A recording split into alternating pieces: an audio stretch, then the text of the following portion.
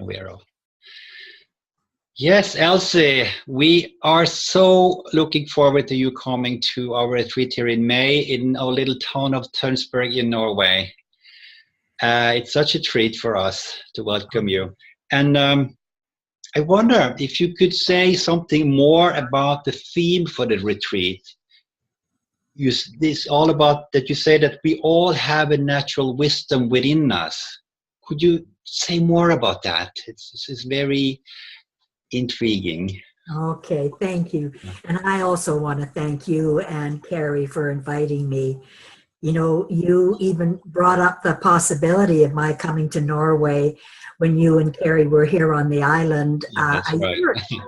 in February. And I immediately was intrigued, but I thought, well, I don't know if that will happen. And here we are, you know, going to be together again in 2 or 3 months. And I'm really grateful that I've been invited, and I look forward to it. And you know, it's so interesting about having this innate wisdom or innate mental health inside, because I never knew that. That was just something that wasn't familiar to me, and I thought it would be impossible until I had my first insight.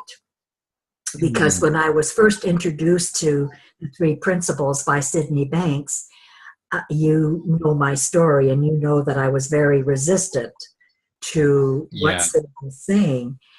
What I wasn't resistant to is I saw that he had lost all his insecurity, and that he was happy and contented and at peace, and that physically, psychologically, and spiritually, he was a different man. So I knew there was something coming out from inside of him, because he wasn't reading books. He hadn't gone to college or university. He hadn't educated himself or gone to any classes. And yet all this wisdom about the 3 Principles came out of him.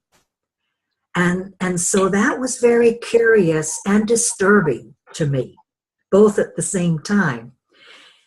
Long story short, it wasn't until I had my own insight after 1.5 years of increasing resistance and anger towards Sid, and I had, in the midst of anger, an insight that thought creates feeling.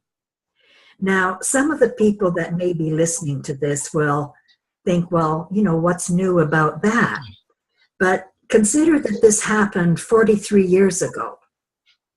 43 years ago, there was not much information about thought and the role of thought psychologically in our lives and in our mental understanding of how we tick, how we operate.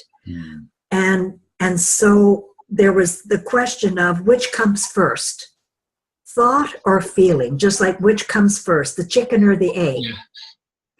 And with that insight that I had, thought creates feeling, that came from within me.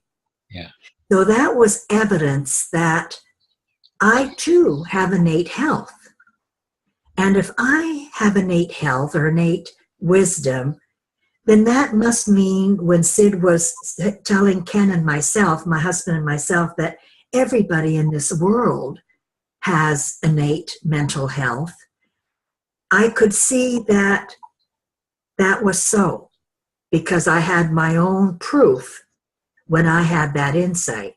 And that's what I want to introduce people to when I come and meet your audience, is to help them see that I bet there are times where they've had an aha moment in their lives, and they haven't quite known what it is or how to nourish and cultivate it so that that happens more of the time.